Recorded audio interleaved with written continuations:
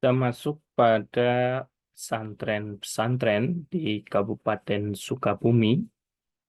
Pesantren yang tergolong tua di Sukabumi ialah Pesantren Cantayan, Genteng, dan Samsul Ulum Gunung Puyuh.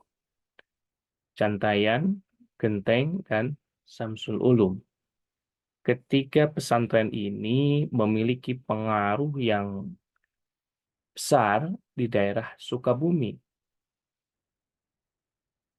Dan pesantren ini dapat dikatakan masih eksis hingga hari ini.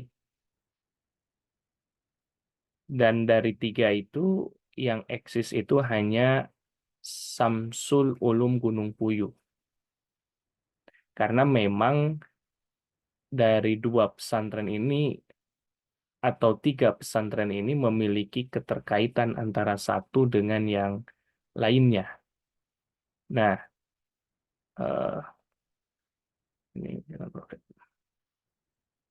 selanjutnya kalau kita lihat, pesantren Cantayan ini didirikan pada awal abad ke-20 oleh Kiai Haji Yasin bin Idam bin Nur Soleh pada tahun 1912 ketika dipimpin oleh Kiai Haji Abdul Rohim, dapat dikatakan sebagai pesantren besar dan cukup berpengaruh. Terlebih setelah Ahmad Sanusi kembali ke Mekah tahun 1915, ia banyak membantu dan memberikan pengajaran terhadap santri-santrinya. Nah, ketika sepeninggalnya pesantren Cantayan ini dilanjutkan oleh Kiai Haji Abdul Rohim. Kiai Haji Abdul Rohim meninggal pada tahun 1950 digantikan oleh Kiai Haji Nahrawi yang telah mendirikan pesantren lain di Cisaat. Jadi pada masa Kiai Haji Abdul Rohim, pesantren Cantayan berkembang dengan pesat. Maka pada masa Kiai Haji Nahrawi mengalami kemunduran. Ini terlihat dari jumlah santri yang semakin berkurang dan tambah kesibukannya Kiai Haji Nahrawi yang banyak menyita waktu mengurus pesantren Cisaat yang telah didirikan sebelumnya. Sehingga tidak mengherankan pasca Kiai Haji Nahrawi, perjalanan pesantren ini terus menurun sampai akhirnya hilang sama sekali. Kini hanya tinggal jejak-jejaknya. Nah, lalu pesantren Samsul Ulum Gunung Puyuh didirikan oleh Kiai Haji Ahmad Sanusi 1934. Ia adalah anak ketiga. Nah, jadi memiliki keterkaitan kan antara satu dengan yang lainnya dari Kiai Abdul Rohim yang merupakan pendiri pesantren Cantayan dan istrinya yang pertama Ibu Empok. Sebenarnya sebelum mendirikan pesantren Gunung Puyuh pada tahun 1922, Kiai Haji Ahmad Sanusi sudah mendirikan yang bernama Pesantren Genteng, Babakan Sirna sebagai pengembangan dari pesantren Cantayan yang dibangun ayahnya di kaki Gunung Rumpin, Babakan Sirna, Cibadak, Sukabumi. Nah, di antara yang belajar di pesantren Gentreng, ya, di antaranya adalah Kamarudin, Siraj, Marfus, Soleh, Nuh Makhrawi, Nuh Mukhtar, Hafid, dan Zain yang merupakan angkatan pertama. Sedangkan untuk angkatan dua itu di antaranya adalah Kiai Haji Yusuf Taujiri sebagai pendiri pesantren Cipari.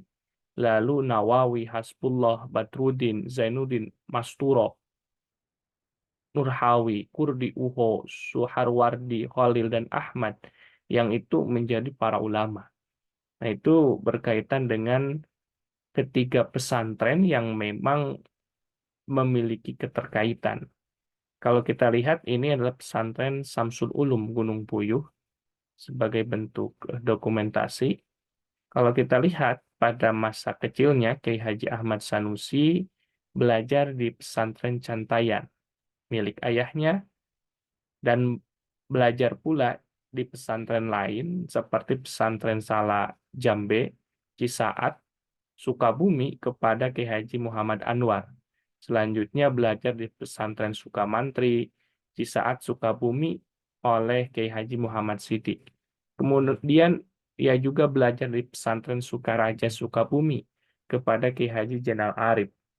Setelah dari pesantren ini, ia belajar di pesantren Cilaku dan Ciajak Cianjur, lalu pesantren Keresek dan Bunikasi Garut, pesantren Gudang Tasikmalaya pada Kiai Haji Sujai, dan di pesantren Gentur Jambu Dipa Cianjur pada Kiai Haji Ahmad Satibi. Pada tahun 1909 ia berangkat ke Mekah dan berguru pada Haji Muhammad Junaidi, Haji Muhtar, Haji Abdullah Jawawi, Syekh Soleh Bafadil, dan Said Jawani, seorang mufti dari mazhab Syafi'i.